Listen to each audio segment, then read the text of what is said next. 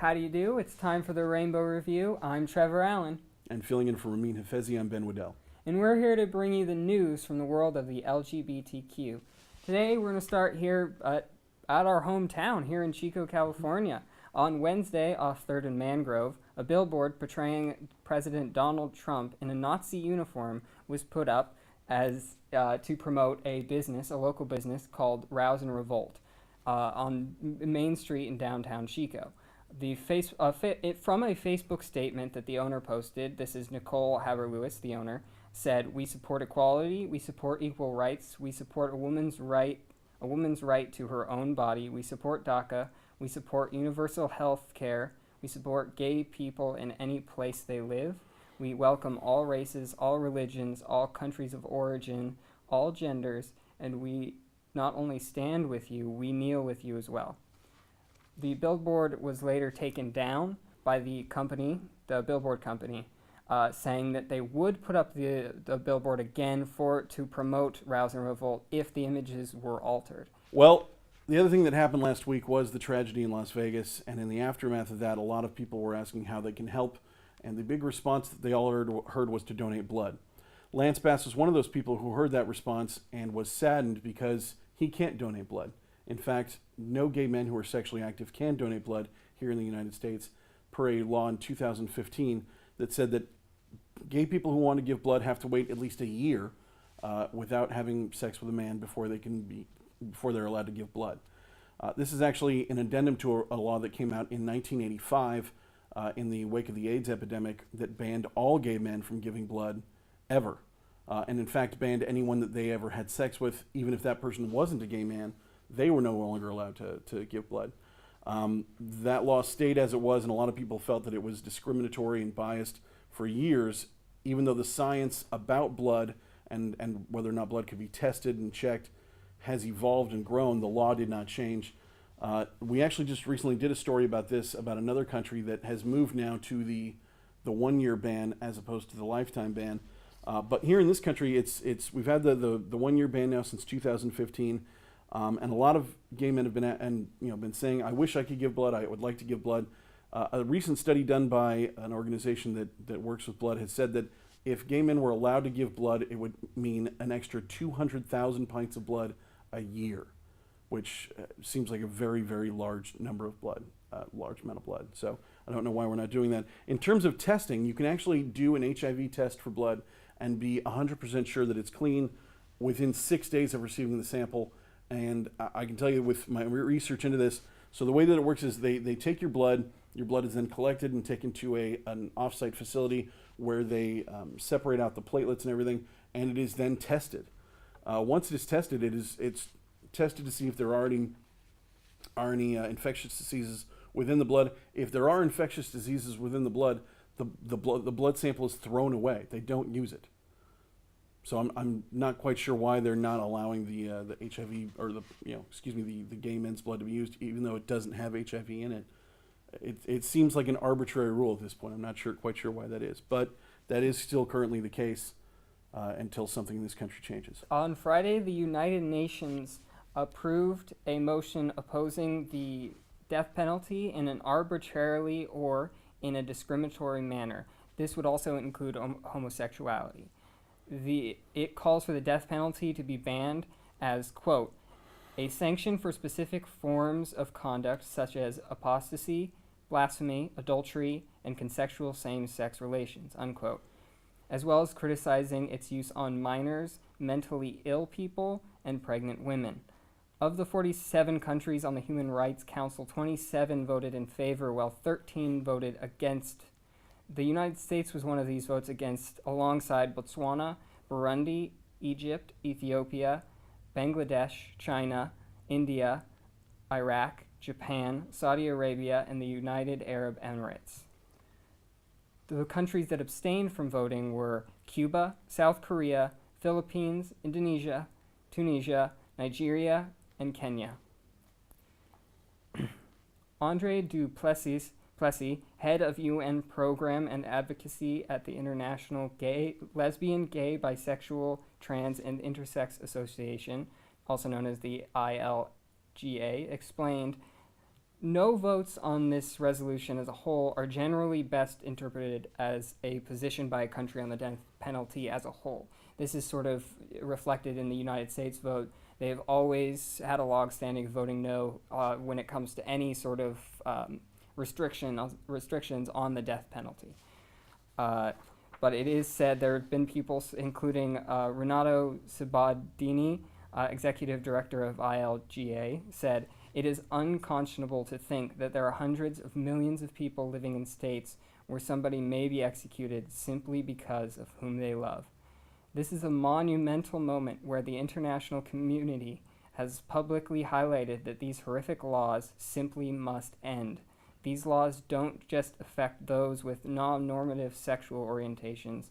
Trans and gender non-conforming persons also face oppression and violence because of them. We stand together in solidarity."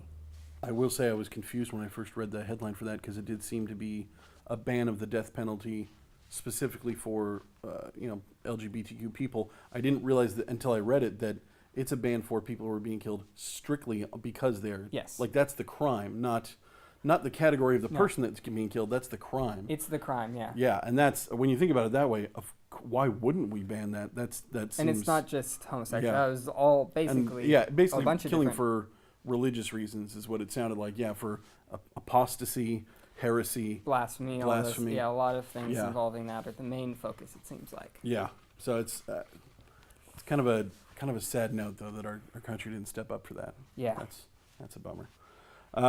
In other news, Jeff Sessions officially has ended workplace protection for trans peoples. This is a story that we've been tracking now for several weeks, where they had placed a statement saying that they were thinking about doing it, and then I think a week or two ago that they were going to do it. It is now officially done. Jeff Sessions has overturned a decision that pertained to the Civil Rights Act of 1964. Originally, the act extended protection for men, women, and also for trans men and women, and now they are saying that it only extends protection for men and women and not trans individuals, meaning that you can, if you want to, discriminate against trans people. Okay, so basically at this point, Jeff Sessions, like I said, he's overturning this. The decision that had come down is from the Obama administration. It was put in place about 3 years ago to extend the normal Civil Rights Act of 64 out to trans men and women too. Sessions now overturns this. It does seem like they are fighting for the right to discriminate. And it's even more. I mean, Trump also did something else just recently for being able to discriminate against all gay people, LGBTQ people across the board, not just trans.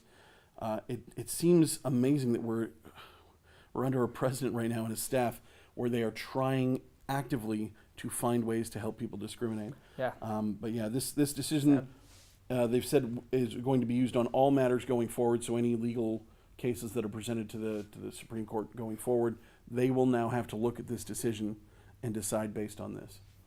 So far-reaching stuff. That's a bit of a scary prospect, yeah. Yeah. Particularly for myself. Here in Egypt, we continue seeing the crackdown on Egypt's media, banning the LGBT behaviors, as it was quoted in previous news articles. This is an official pronouncement now referring to homosexuality as a sickness. The crackdown began last month when a rainbow flag was waved at a concert by the Lebanese band, and my apologies for the mispronunciation, but Mashrao Leila, whose lead singer is openly gay. Egyptian authorities have been raiding homes and arresting, at this point, more than 60 people. The country banned the media from reporting on the issue, while imposing a Russia-style ban on LGBT people being mentioned on TV and film, as well as radio, online, and print media. The order forbids any appearance of gay people in any media outlet, whether written, audio, or visual, except when they acknowledge the fact that their conduct is inappropriate and repent for it. The censorship chief insists, quote, "The media must warn of the dangers of the sickness and the reasons for its spread, not promote it by raising its slogans and dedicating to its flags and rituals," unquote. Sarah Leigh Whitson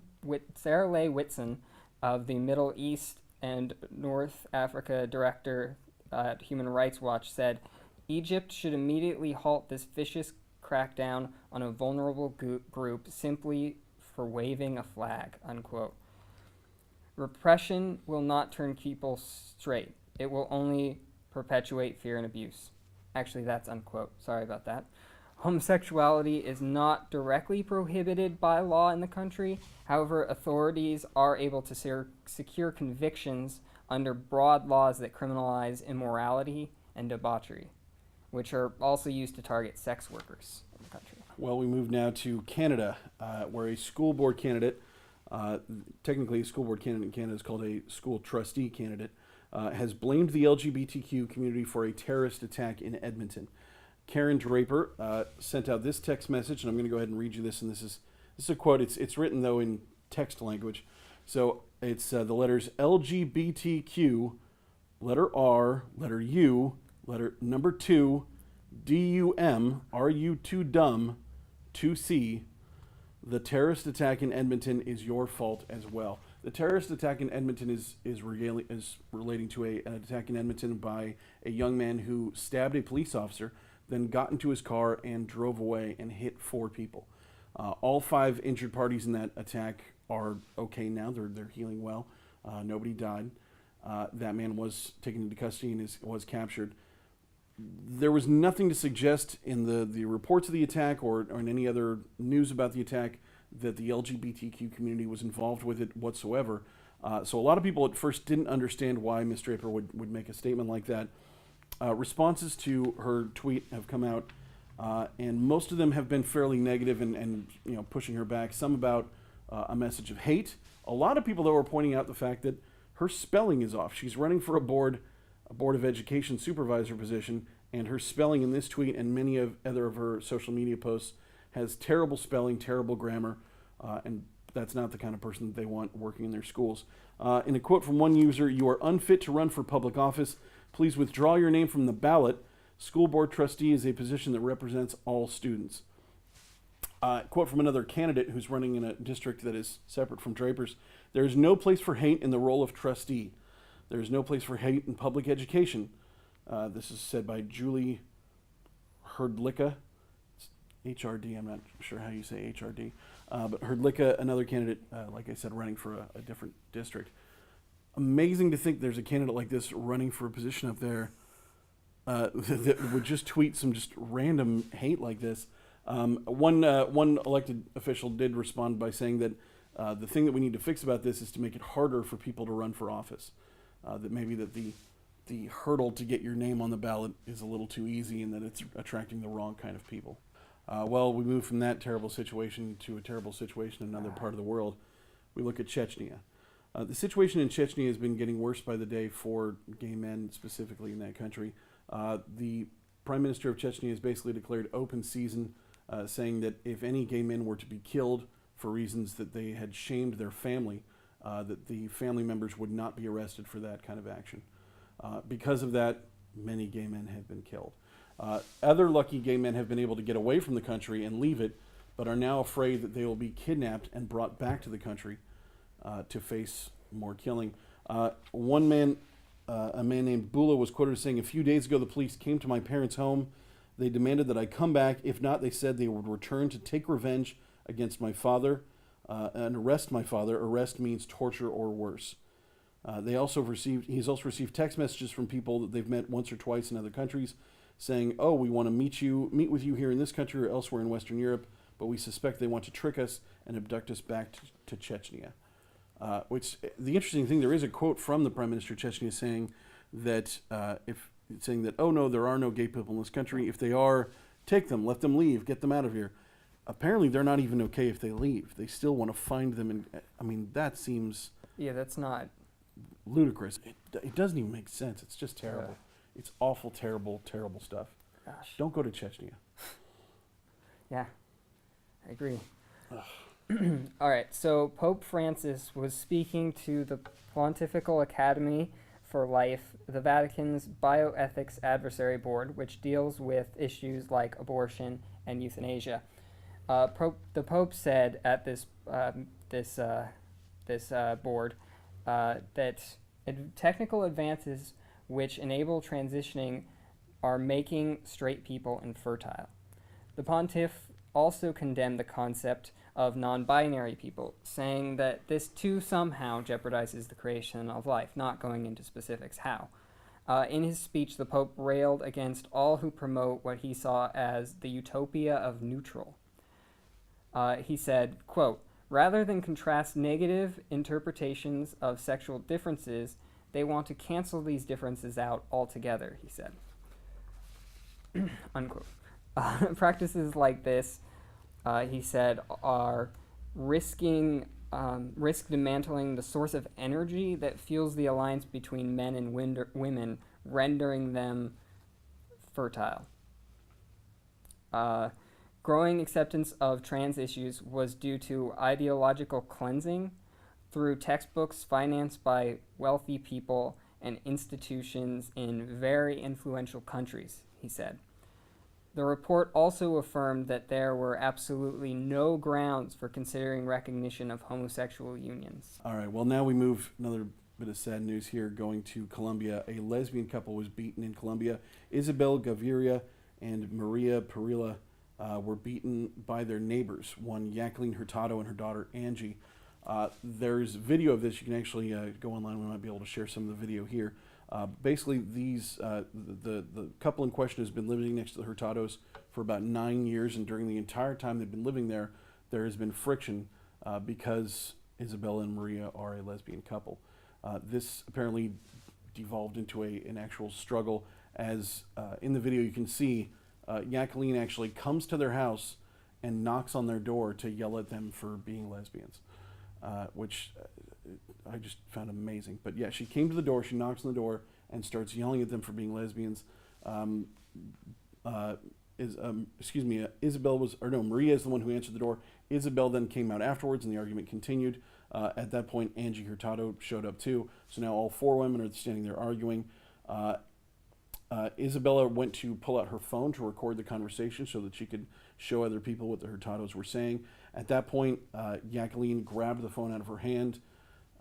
Maria then, pushed back against that, and the daughter, Angie Hurtado, was actually the first one to really make it physical as she lunged for the neck of Isabel. As that happened, Jacqueline, the older mom, got into a fight with Maria, and all four people now are scuffling. The car that was there in their driveway was used as a weapon, as both women's heads were smashed into it. Eventually, Isabel landed on the ground, and the Hurtados both stomped her as Maria actually was able to get away. She went and got help from neighbors. They called the police about this. The police were not helpful at all. In fact, didn't even file a report, which then became an issue later because when they went to their insurance companies and stuff and other law enforcement, when they tried to go over the policeman's head and go to a state police organization, they were told that since there was no police report on file, there was nothing that they could do. So the end result of this is that Maria ended up staying in the hospital for 4 days after the incident, and that they are now at home and both are fine now, but suffered heavy bruising and injuries from the attack. It's interesting too because it sounds like in a lot of other areas, Colombia is coming along. They've legalized same-sex marriage. They've done a couple other things, and things seem to be moving in the right direction. And yet, for something like this to happen, for the police to do nothing, scandalous. Yeah. Wow. Awful stuff. Gosh. A 17-year-old transgender boy named Pax Enstad was denied medical care by his mother's employer, a Catholic health organization called Peace Health, St. Joseph Medical Center in Bellingham. So he and his family filed a lawsuit. In order to properly treat Pax's gender dysphoria, Pax's doctor prescribed chest reconstruction surgery. Not only did Peace Health deny the request after the insurance was approved, they refused treatment on the basis of his admission of being transgender. The lawsuit asserts Peace Health's blanket policy of refusing to pay for medically necessary health care for otherwise covered transgender individuals simply because of who they are discriminates on the basis of sex and gender identity, violates the Patient Protection and Affordable Care Act, the ACA, and the Washington Law Against Discrimination, the WLAD, and is harmful to the health of transgender individuals. The ACLU in Washington staff attorney Lisa Nolan says this, quote, "This is discrimination, and it is plainly illegal. Under state and federal law, no company is allowed to single out and exclude one group of individuals from medical care that is prescribed for them by their doctors and that the company routinely provides for others. In the past, some public and private insurance companies have excluded coverage for gender dysphoria based on their erroneous assumption that such treatments were cosmetic or experimental. Today, however, every major medical organization recognizes that such exclusions have no basis in medical science and that transition-related care is effective for the treatment of gender dysphoria. As a result of Peace Health's refusal to provide the insurance, the NSTEs were forced to remove $10,000 from their son's savings for college and to take out a second mortgage on their home.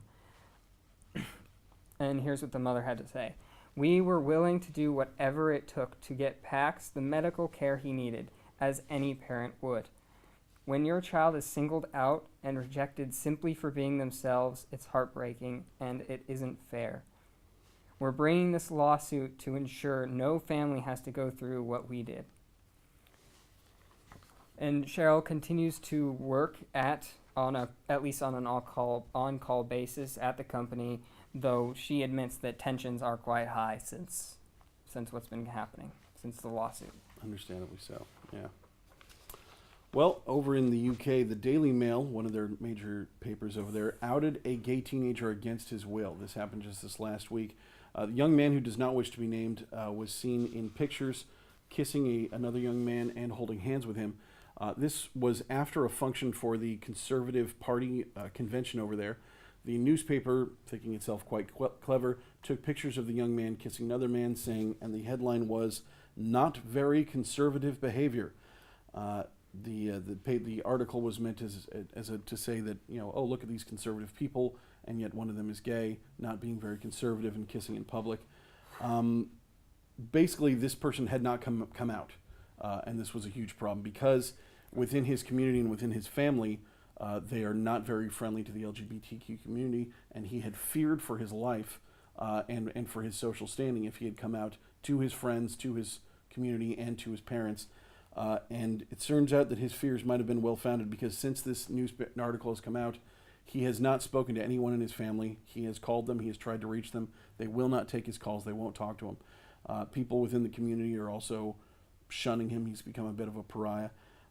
His quote on the subject was, I've been open about my sexuality to very few people, a couple of friends at most. My town is quite hostile to homosexuality, and most of my family is as well.